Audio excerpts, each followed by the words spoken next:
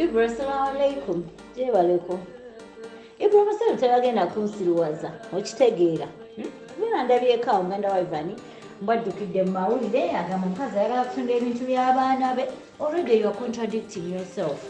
Ayagala kutunda ebintu by'abaana be.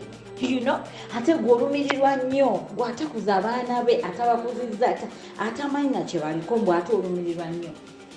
Tewali muntu ayagala kutunda bintu wano story entuufu tewali muntu ayagala kutunda bintu by'abaana abo. Olutalo lwavudde ku kugamba nti abaana bakuze we have to do an inventory to distribute ebintu era nga office we zirina okuba ebintu ebiba bikolebwa administrators general, right? Yeah, administrators general. Nti abaana bakuze we have to distribute. Ne bagaana okusayinga empapula za distribution. Mbubo bagenda kufunirawa bagala 50-50. Ewe nabyo oyo muvubuka byayogedde buye bulimba. Sima Ivan yalina omukazi South Africa, sima wali omusika omulala ani atalaba wano nga bateekako omusika wa Ivan ekayunga video weziri. Internet kirungi teyeerabira. Video weziri ani atalaba nga bateekako omusika wa Ivan. Obuzibu buli ku distributing of the estate. Abantu they don't want to let things go because they want 50-50. Ebyo byonna bye bali mu kwogera mu mawulire. Tebiriyo. Stories ete zikwatagana abuukira kino abuukira kiri abuukira kino simanyi ba executive simanyi. What is all that nonsense? Bali sibiteera na bitegeera byayogera because none of it makes sense. We have to distribute. It's been 7 years. Abaana bakuze bagala bintu byabwe bo bagamba muffe tetusayini nga tetulina transfer ze tubakolera okujjako well. Olutalo lwe lwavudde Ibra wano tewali kyamaanyi nnyo. Ebyo byonna bye basiba ku mama waabwe ebintu nti omukazi ayagala kutunda bintu by'abaana be. Okay, let me say nti njagala bitunda just for argument's sake, right? Njagala bitunda. Who has the best interest of my children? The word here is my children. Who has the best interest? Me. Tebagala kwogera kituufu. Boogere kituufu nti baaganye tebagala kudistributinga bintu ebyo. Because bataddewo conditions mbu baagalako 50-50 kuki. Musajja yali akolerera kikaki.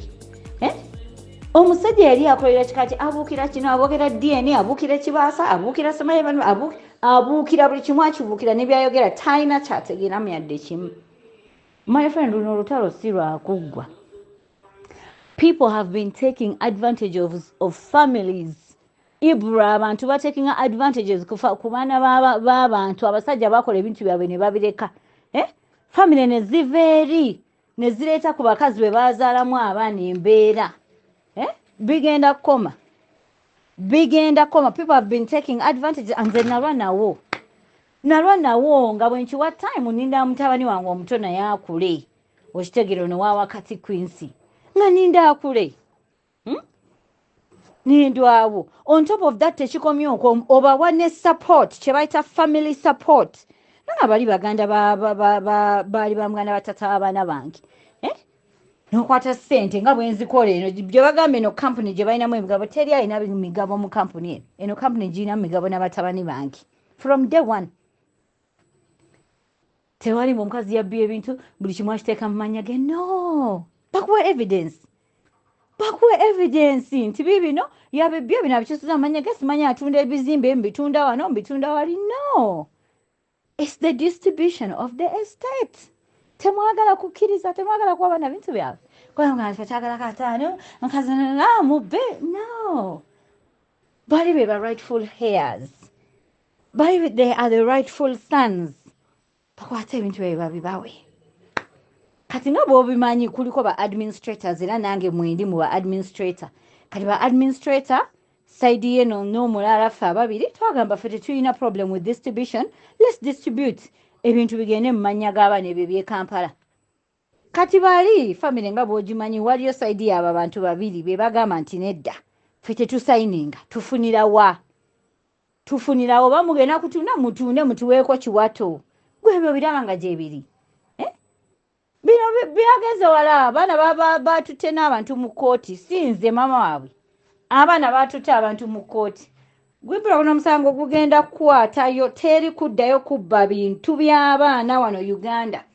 Bantu ba taking advantage olwokuba people tebalina voice olwokuba abantu batya okwogerako nze ndi high profile person era nalibadde ŋŋamba nti okwogera binaavaayo bitya no nwanirira bana bange as much as I'm a high profile person I'm a mother Ibra I'm a mother olaba bayisizza kati bwe bati emyaka gyonna Ssemwanga gyafudde batuyisizza bwe bati singa nange kyamukisa mbi nali nafiira eyo wakati singa ebyo byonna bina ebitu bye baclaiming nti baagala buli kimba kyagala 50% shares muganda waabwe yennyini teyalina gwe yateekamu nga tannafa talina gwe yakwata n'ateeka mu bizinensi ye naye nga yabalina baganda be gye bali tewali n'omu mu kika kye gwe yajjayo n'agamba nti nze ono mutadde mu bizinensi yange alinamu shares weziti ne weziti oba manager wa kino teyalinaayo abantu abali mu bizinensi ye abakolamu ab'eŋŋanda z'abalala bali wansi eri mu positions za wansi saagala boogerako bubi they are good people to me they are good people to the company ate bakola emirimu gyabwe sisi balinaako obuzibu abantu abakyaliwo nga bakola mu company distant gundi family mwe bali bakola and they doing good jobs naye mwabeewaga nti nze tata wa gundi nze muganda wa gundi nze mwanyina biki he couldn't why do you want now why do you want to inherit now teyabateekawo all of a sudden you want 50% of this 50% of that how no that's not how the law works tetuli basiru amateeka si bwegatyo wegakola nti babateekawo nga ba administrator abaana bakuza ebintu mulina obbakwata mu bibawe nti ate mwe mwekyusiza ku makya mugamba nedda ffe twagala kitundutundu kuki mukubanga muli baganda booli eyo entitlement eyo gye balina ffe tuli baganda booli nze ndi tata wooli nze ni mwanyina wooli nze nali no that's not how you inherit from dead people that's not how you inherit yandibadde yabibawanga akyali mulamu 7 years later abaana bange bakuze it's time for them to bafune esweti ya tatawe nga muveri mbu we are entitled that entitlement ngenda gibajjamu Ibra they take advantage of people Uganda eyo abakazi babonaabona nga tebalina nawakulaga abakazi babonaabona tebasobola kwogera abakazi nabasuulira ebintu ebweru n'amaka ge babaddemu nga basulamu n'abaana famire ne zijja ne zibakasuka ebweru maka ne bagatunda famire zitakinga advantage embwa ezo nkyaziyita mbwa wallahi you don't play with someone's kids mbonaabona n'abaana bange lwebaladde gwasula ku kitanda fiizi ezuuze gw'omukazi omu gwabonaabona kino ekitakoze ki bino balalu jjukira balenzi bafuluma ddalu lingi ddalu lingi n'obeera neeraliikira na pressure ne zikkuba bakomyewo n'obeera ku ssaawa bame ziri mwenda tebanadda kuba kati bakulu tosobola bagaana kutambula byonna byonna n'osula ng'otunula baana bo embwa ne ziva eri mbu zikumba we want 50%. Zibalinga n'embizi astagafullah Allah nsonyiwe mpulira na Quran Allah nsonyiwe it's so disgusting Ibra families taking advantage ku bantu it has to stop and it stops now kanjogerere kala abakazi abatasobola kweyogerera nze nina eddoboozi nina platform ate tewali kyenziba wano nti nziba no mubadde ba administrators yes mwali mukuza baana nti ye tembakuzezza na bakuza mubaddewo just nga bifaananyi nga ne ssente mbawa kati all of a sudden babagambye muwe abaana ebintu byabwe nti ate ffe tetusayininga musooke mutuwe haafu mutunde ebizimbe mutuwe haafu ngani akuwa haafu nagwe kansooke nsaale ne isha obudde bukutte wane tewali kusiganga na muguwa newe banaabira 100 owulira newe banaabira 100 amateeka ge mateeka bw'oba tewabangawo kiramu nti oli yali amaze bwemanga nfudde ebintu byange famire yange kika kyange kitwalangako kino n'abaana bange obakinga tewali my friend ebintu bibeera by'abaana booli tewali gwe bagenda kulwanisa wano beesulwaza bokka bagenda nakuswalira bwereere senkubuulira gwoba obubbi obw'emisana bwe butyo gwolooza ani agenda okukkiriza oyo omusajja yalekawo abaana be ng'abalabirira from day one nga nzaala abaana bo tewali kifaananyi kyesirina nga ndi mu ddwaliro ne Ssemwanga oyo nga nzaala Leero goveeri ojja otusinikira amannyo bunzaaga ba DNA tulina okukola abaana DNA sibayivaaniku ye yali abalera ng'abakuza nga n'embuto azirera mpaka leero gwe agenda okutuusa ba DNA naye katonda wallahi katonda akumme ebigere akuwe amagezi katonda akumme ebigere akuwa amagezi taata waabwe teyalina issues gw'omubbi era ayagala 50% mbu leero jjo otuzungirako mbu DNA eyani bagenda gikola Ibura eno baabuukidde y'amagye ntabiyita byakusaaga ondaba nseka nno n'abeeyambulidde mu maaso wenti nakatiwa kali ke mbadde mbawaamu nga balamu bange biki byasezaala bange baaniani byonna nabijjeewo kuba tebalina kitiibwa kye batwagaliza bubi nnyonnyo n'abaana bange kati naye nabijjeewo kaabe 100 bajje kuba wano ebintu si byakwogera nnyo noyasinga bintu bya evidence oyagala kitundu tukikuwa tutya era watuusa otya okuba nti ofuna ekitundu kino kale bwe kibanga wekiri nti kale katukikuwe bw'obanga tolina oli mu bigambo just odde eno n'eno beetereze kuba balooya bagenda babba obusente bwabwe nga tebalina nakye bagenda kujjayo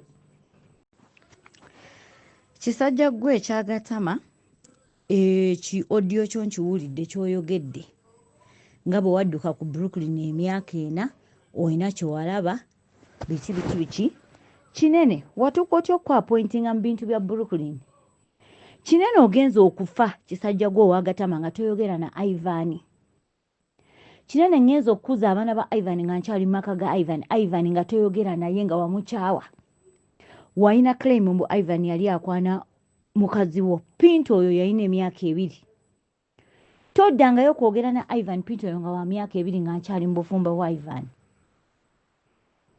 kinene obadde tolabagana face ku face nga wagamba haramia Ivan watudde totuulawo kisajja gwe gwali mu audio leero you are trying to lie to the world ebyo mubyogere nga mubitunda eri Uganda abantu abali South Africa wano abali ku ground wano tulinawo community tulinawo Ugandan community wano tulinawo ba elders wano tulinawo abantu abaludde nze South Africa ndudde emyaka 25 tulinawo abantu abaludde wano bamanyi wajje natandika na Ivan wali toyogera na Ivan kisajja gwe mu gatamaago afudde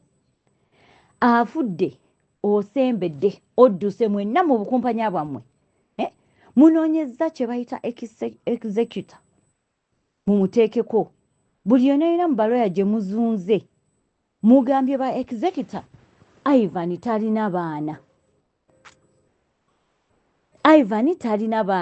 nga ne baganda ba Ivan wenyini baali baava e Uganda nga bajje South Africa mu baloya yonna kasita mwayagala babawe ebintu nga muclaiminze mwe baganda ba Ivan ne mugamba mwayogeranga ku baana buli lawyer gwe mwagamba nti muina abaana ng'abagoba ne mujja ne mugwa ku musasankule gwa executor ne mutegeera nti eno eri gye mwogedde muina abaana babagamba nti they are the rightful heirs lawyer yasembayo ne musala amagezi tetuwogera ngenze kuziika sirina mukufa nnyonnyo byakudduka nti ngene nzigulawo estate y'omusajja yafudde on behalf of my children saakikola maze okukkakana ebbanga liyiseewo ngambye kati kantandika ogoba kubya estate kuba ebintu bingi byali bifreezinze olwa idea Ivan we South Africa omuntu bwafa idea freezing naye nga kati ebintu ebisinga tebitambula kangende ngobe ku bintu ngenda okutuukayo nga mwaggulawo file mwetaddeyo ne baganda be bennyini tebeewandisayo nga baganda be mwenna mwewandisayo nga bakazini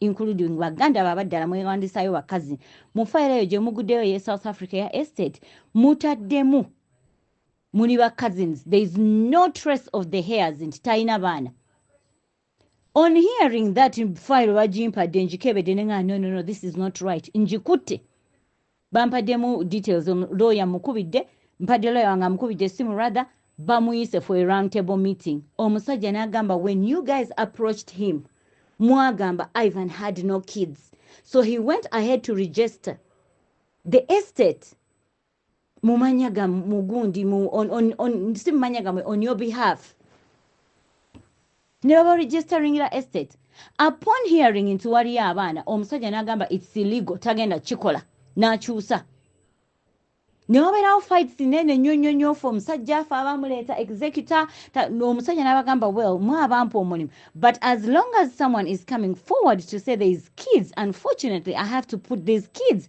in this estate awo fights we zaatandikira fast forward tulina okufuna obviously director bw'aba afudde company tesobola kubeerawo ng'erunninga nga terina director ne banominatinga ne tunominate in fact nze saaliko ne mwenominatinga okweteeka ku Brooklyn City College kubanga main director shareholder yali afudde nze nga ndi shareholder lwakuba nali navaayo nze naleka company n'engenda I started a new relationship n'omuntu omulala naye emigabo gyange tegyavaayo because nze ndi founder nze saakirako ku makya nembeera ku Brooklyn just gafla nze ndi nkokoto my friend ndi founder nze yakera ku makya nengamba omusajja oyo abantu abakola wano amasomero waliwo potential tukole essomero nanga nze saasoma nnyo ebyo naabisobola nemuga tugenda dikola tugenda kwayaringa abantu abamanyi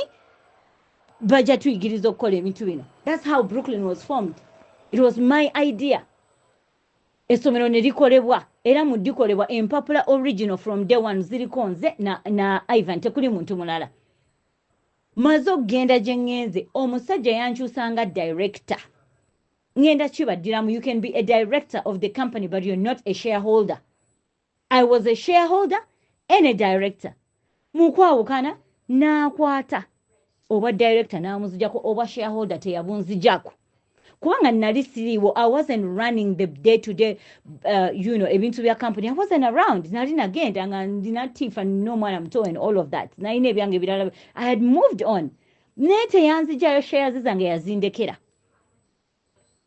maze okuzaala nirani omusajja essomero litandise okugwa amabanja galinga amabanja okwewolera ku bizimbe kulinga okwewolera ku bizimbe yampita nangamba nkulaba oli mu relationship endala naye essomero lino linfa gwe ali amanya essomero lino gye lyatandikira bwe litambula bwe likola ki omusajja nangamba olaba komawo ne muganze ndina kawere nalina nirani oyo nga muto ne mwanja kolangako half day nga bwe nkuyambako naye nina omwana alina okuddangayo nnyonse nangamba there is no problem naye komawo ebintu byaffe bwe yakyogera bifa ebintu byaffe bifa ate nawe olinamu abaana tosobola birekerera komawo kale kolangako half day maze okomawo emyezi nga giijo yandeeyitira si mwe abanziza ekyo public knowledge South Africa yonna ekimanyi si mwe abanziza si mwe abanzijawo si mwe abakola ki yanneeyitira Ivan nangamba essomero liggwa gwe wali alimanyi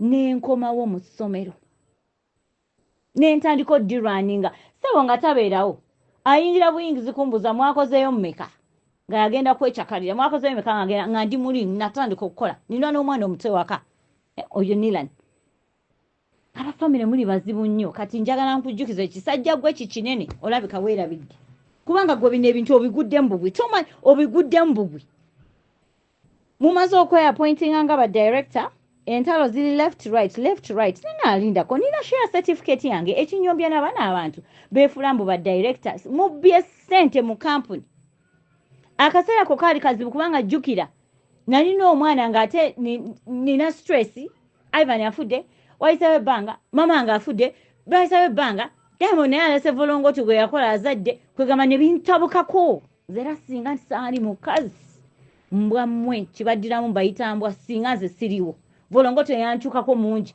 kati lw'okuluzinga focus mweappointi nze mwefudde ba director bwe mutransferinga sente muzijenu muzizeeri transfer ziringa transfer yagenda nze nagenda ogenda okufumbira eri gye nalinda z'omulundi ogwokubiri nga nkyalina bank notifications because I was a shareholder nga nkyafuna bank notifications naye nga transfer ziringa transfer at this time sina se netuula I started consulting nenzijukira nina shares in this company I'm not just a director awo tutudde ba director mwetaddeko nga bana netutuula mwali bataano we had to let 2 people off ne bagenda we let a third one and we let a fourth one ku last minute neŋŋamba abaana bange bakuzi they are the rightful heirs of this company of the 50% is that always like, because the 50, I repeat, the sazifuna by luck, by what? I am the CEO, the founder, and a shareholder of this company. Let me remind you that Chinene. You want to walk? I'll give you one. I will give you one because I've got facts. You guys, you're feeling a certain type of work. No, I'm not fighting for you. Let me remind you, fighting for my kids. It's me. You've turned against them. Bino serious treaty. Bino serious kogera. We are going to go legal. I want everyone, take evidence here kumeza. We are going to go legal. We are already legal, by the way. We are not even going. We are legal. Katiba director wala over the years bazze tujjako. And I told the executor, look, as it is, I am a shareholder of this company. I am going to reinstate myself on the company documents as a director. I'm going to reinstate myself. And I'm talking to the executor. Kwatiri de 50% z'abaana mpaka we bali nokula. Omusajja omuzungu nangamba tewali buzibu. Yes, you do have shares in this company. I see no problem. You can, if there's necessary documents, zileete nzisigning. Empapula zaakolebwa nawe wakitegeera kinene. Pieti nazisigninga ne tuziteekayo. I was reinstated on the company documents as a director. Mind you, nchakujikiza, I am a fucking shareholder, a CEO, a boss lady, kanchikudirem, a founder, gokoto. So siri mabati nti mugenda kujjako buzimusuule eri siri furniture nti mugenda kuyingiza mpya. No, my friend, I'm a nkokoto. Ndi nkokoto. Fast forward, as time goes by, batabani bange batandise okukola ku ssomero bakuze. My first son is turning 21, omulala agenda turning at 20. They've been involved. They bring marketing strategies. In the years that you have been to Brooklyn, Chinene wawe waliola zeko wabikola 6 years ago. No genda ko kusomero, no just waliogenda bwagenda ku branches olabere no lirwa waliozeyoko. Chinene mbulira wawe obadde otudde ku head office wentuula nze boss. Nannyini masomero gano n'abaana bange nze wentuula tolinawo office. Mu branches zange zonna zenkera ku makya n'abakozi bange bamanager baffe saa 10 ne tulinnya emmotoka ne tuvuga 3-4 hours ne tugenda ku branches endala ezeetagisawo ennyonyi ne tukeera ku nnyonyi ne tugenda kuba tuba tulina okukeerayo tukole olunaku lulamba ate tugirinnya tudde olweggulo. Kinene wawe olina office mu bitama ebyo, wawe olina office olebeza ebiso, wawe olina office mu branches za Brooklyn wonna, wawe obadde okola. Kinene omanyi abakozi be tulina. Kinene omanyi gundi courses zetu offeringa. Omanyi abakozi bameka nti bano ba lecturers, bano ba managers, bano ba top management, nti bano ba support staff, nti bano ba security, bano ba maintenance, bano ba cleaners. Obamanyi average y'omusaala omukozi gwafuna ku ssomero. Or do you even know a salary bracket gye tulina ku ssomero y'abakozi? What do you know about Brooklyn? Ebyo byowoza mbu wali oweereza OTP. The only reason you were sending an OTP kubanga bwe mwefula ba director wagenda mu banka ne turegisteringayo because someone had to represent in the bank ne tukute n'ogendayo ne bakuteekayo n'oteekayo essimu yo. That's the only fucking thing you've been sending, an OTP. Kinene Kinene njagala onziremu. I don't want you guys to talk because you think you talk too much. I want us to talk facts. Wali oweerezanga OTP. Kinene omanyi amasomero ge tulina. Omanyi buli lecturer bw'aba nti wa engineering akola subjects meka, asomesa subjects meka, era timetable ye etunudde etya nti okuva ku makya bano batuuka ku ssaawa 1:30 mpaka bwe bagenda ku ssaawa 10. Breaks za ssaawa meka. Do you know? Omanyi system wezi operating. We use college time and pastel to update systems. Omanyi results bazikola zifuluma batya nti omwana waba ayagala okuaccessinga results ze agenda ku system ki accessing results. Do you have any idea about HR issues of a company? But you're telling me I've been a director for 8 years for an OTP. My nigga. Ngujira, what do you know about Brooklyn City College? Wasoma. Do you know what it means to run a company? Do you know what it means to run an education institution in a foreign land nga South Africa. Nti omusajja yafa mbadde nkola ku masomero gano South African community yonna ekimanyi nga ngakola mbwomu omanyi ba landlord baffe nze nsiba nerega ne ba landlord birange binzibuwaliramu kesene nezeekwata ate neziyiika nezeekwata nga business webera omanyi ba landlord baffe omanyi meeting zentulamu ne ba landlord bange bendiscussinga nabo nti ki covid yatukuba omanyi wawe nagendanga okusaba covid relief funds ezo manyo covid relief discounts nga ngamba landlord but for 2 years my business has been closed. What do you mean you've been charging me rent? Ngamba yes, I hear you. Ebizimbe tuwadde to be occupying but we were not making money. We were in total shutdown in South Africa. Do you know who the landlords are of Brooklyn City College? Kineno inayo email name gye bali bakuweerezaako ng'ekwata ku bintu by'essomero. Kinene, have you ever sat in a board of directors meeting? Have you ever sat in a strategic marketing meeting n'otuula nti planning a marketing, this is the way forward, wano marketing eno tekuba kati tukube wano tukube. Kinene, do you know anything about running Brooklyn City College? And I need fucking answers. I don't want you to talk about Morgan and I want answers. Have you ever sat in a staff meeting where lecturers are underperforming or they are not retaining students or whatever it is? General meeting is abakozi. Nemutuza abakozi nemwa kati. Lero tuyina general staff meeting. Lero tuyina marketing meeting. We want to strategize. Lero tuyina top management meeting. Mu top management ideas zetujeyo ne tuze spreading aku branches. Nti twatudde meeting head office, we came up with these ideas. Do you have any idea about these things? Oriawo jegere oyike bitama kinene. What are you talking about? Mbu emyaka ena nali nkolaawo naye nenvaawo mwavaawo mumaze kubba ssente essomero nga mulikaliza nentandika dizimba buto. Nentandika dizimba buto nga mukimanyi bulungi n'omusajja yaleka amabanja wana naye agasasula. Ivan yaleka amabanja. Sikumwogerako bubi. Mukimanyi n'abe Uganda bakimanyi ne South African community ekimanyi yaleka amabanja. Kinene obadde okolawo. Njagala mbulira nti wano where do you clock in?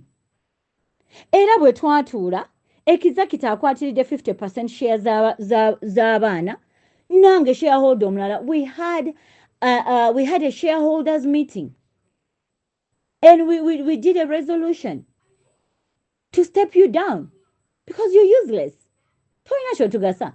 Ate singa wali okola, I could have felt a certain type of way ngamba okay munze emyaka eno ejaddako nagenda okulaba. What did you see? Wagenda okulaba nga oli bogus, nga oli useless, nga toyina kyoyamba company. N'olaba nti owaayi kanne nve mu bintu bino sifunamu naye wasigala ofuna akasenteko. Mpaka lwe natuuse ne ngamba omusajja ono agende. Abana bafuna 5 gaabwe nange nkyababuulira. I did not get these shares nti by mercy from your brother Ivan Nedda. I am a founder, co-founder. It was my idea that we have these schools. Nemuganda wamwe yali agatya. Nemugamba, we don't need to know. We need to have money and hire people who can do the job. In hiring people who can do the job, buli meeting gye bagendangamu nze ne Ivan wuyo nga tugoberera tutula meeting tuwulira boogera bino boogera biri nga tuyiga bino ebyetaaga mu practicals nga tugenda nga tubikwatamu. Bano abazungu bwe twali tuhiring nga bakola emirimu gyaffe batuuza meeting naffe nga tuzituulamu nga tuwulira bye boogera. Twayigwa okulwaninga business yaffe si ey'ekika. Kati oli wano owoggana nsiwa gikwereze nze for 8 years nedda sewo gamba abantu nti omukazi yanzijeko ku bwa director. Yanzijeko atya yatudde ne executor akwatiridde 50% endala ne bafuna shareholders meeting ne bakola resolution ne banzijako. Just tell them that's what happened because that is exactly naye bikuswaza kuba tosobola kubyogera obadde mu bantu ng'ozimba nze director wa Brooklyn kati baabukugjeeko. Genda ogambe director wa Masabo geri gy'okola eri bayitayo batya mu Maraba Stad. Genda eyo mu Masabo go gy'oba okolera obwa director bo. Toyina kampuni yo.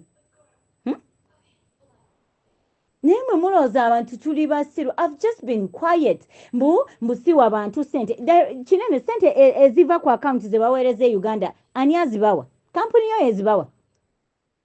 And I want you to answer me with facts. Kisajja gwe olabika kati toyina magezi kankuvume. Essente eziva e Uganda miliyoni 9 gy'emitwalo 3 egya rand.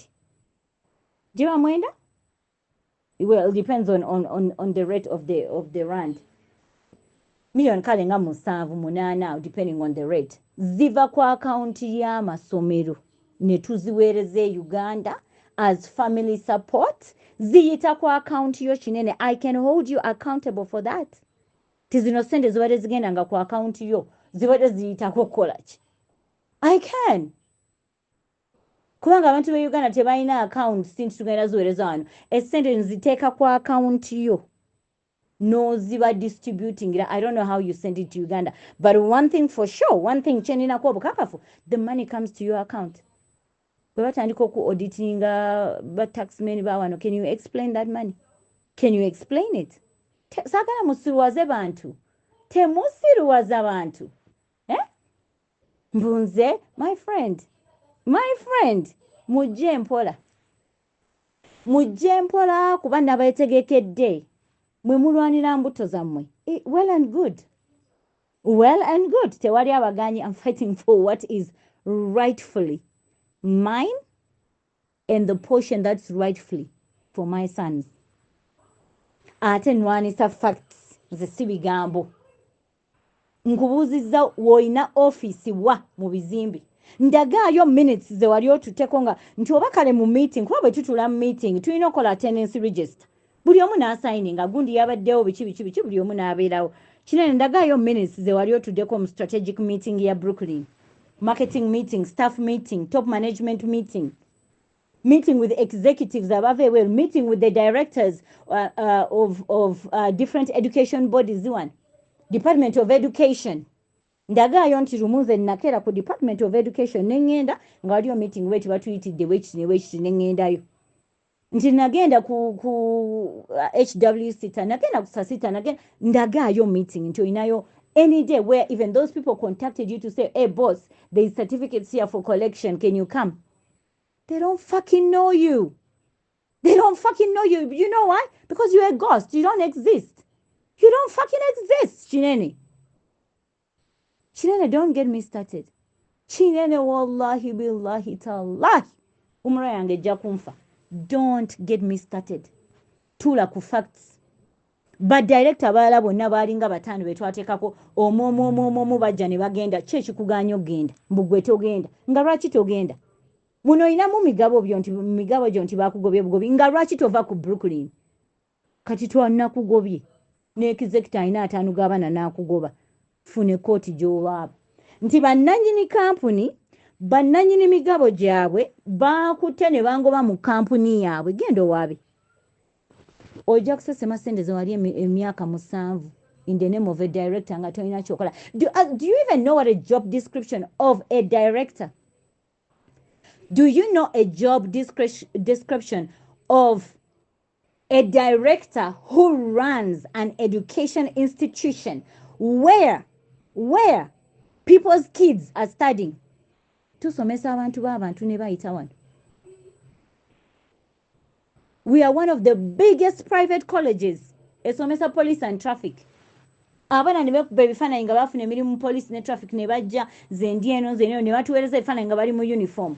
Don't play. This is eno si malaba study. Lino si ssabo. Kinene lino si ssabo. Tuli ku future y'abaana b'abantu be South Africa wano mwozannyira. Ojeje mbolegera gatama bote. Temunkwatako. Kinene mbadde nkulinda. Ebigambo byo mbadde mbiwulira eyo naye kati mbadde nkulinda kati onkutteko gwantandise kati zaabike wali toyogera na Ivan, you hated him. Ivan bwe yakuyitangako, I remember very well, ng'ospitinga, you would spit. Mbu leero naawe otudde mu business ya Ivan director nkiddamu mbwammwe oli nakera ku macha bannaye okujjako nga tolina ddiini mu mutima ate ogusajja ogwo guseka kinene nga bwe gweyita mbuseka kinene gwefuula ogw'eddiini naye gwe gukyasinza omutima omubi mu ndabika yaagwo ne ku face tegubula baani kumwe abakola bizinesi nga temusaba Abakatuliki nkiweera muleeta bapasita bamwe biki ne basabira zi bizinesi zammwe ne bwe boyingira nnyumba mpya ne omwana ne waba bayingidde nti matric omwana agenze ku university muleeta pasita n'asabira omwana agenda ku university byawoga nti Zari mulogo nze ndina eddiini ani atakimanyi Zari alina eddiini n'okwata seeka najja n'atuula mu bizinesi yo n'atuula n'asomerawo edduwa ne mubikula Qur'ani wallahi billahi tallahi ne mubikula Qur'ani ne musomere bizinesi etambula ebintu nga byesibyemu oli n'akeera ku makya n'akuteekako ekyobulogo laba obukafiri obuli ku kisajja ekyo nga kyeyita ekisiraamu otusanze tutudde Qur'ani ddala weeziri n'akabaani tutudde duwa tewali ddagala tewali kikabaani kaako ne Qur'ani ne tusoma edduwa ani atasabira bizinesi ye n'abajju bazisabira mu byabwe n'abahindu bazisabira mu ngeri yaabwe na biki naye gwe olw'okuba olina effutwa ku mutima buli muntu kyakola gw'olaba nti kibi eri bizinesi si yiyo kyova olaba nti gwe tofaayo as long as omwezi bwe guggwako n'ofuna ssente zo toyina naye nze bizinesi yange bwe sitaakingamu nzija n'ensomera edduwa ebyeganye ne byesumulula it's normal in Islam it's normal Christianity Christians they do the same thing n'okeera ku makyala omuntu gw'osanze ng'asoma Qur'ani agibikudde n'omuteekako eri obulogo ddala ani mulogo wano ani aba omulogo naye fitina mbi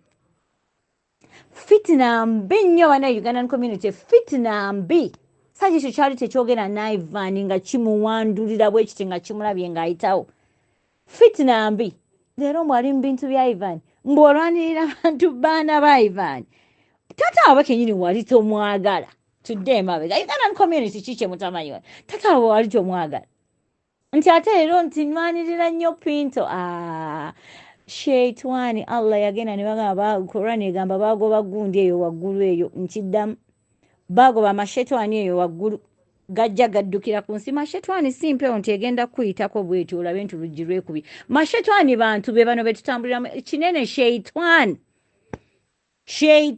byogenda nga weefula nti olina eddiini astagafullah Allah tabyagala kola ekintu ekirala kyonna naye teweekwekerera mu ddiini ng'okola ebintu nti ate weekwekolera nti olina eddiini sheitwani zeezo ze bwayogerako tutuula nazo n'otuula nayo ng'ebula kuyiramu butwa mu kajuyisi ofulumako boti noga kaneto ng'ebula kuyiramu kantu mu juyisi zeezo sheitwani Qur'ani yazoogerako bannaye abasajja mbaddiramu mukole ebiraamo abakyala mbaddiramu mutuuze ng'abasajja mubagambe tuli kuki kyekiddako bw'oba ofudde nzizaako ki ntandikira ebibuuzo bino tugenda ne tulooza nti owainze bbanga njagala nnyo ndi sorted for life nedda bakyala obudde budda ku bunne bwako essaawa yonna mutandike okwetegeka mwetegekere ng'okufa ti bwe mba nfudde famire yange tebagenda kubonyaabonya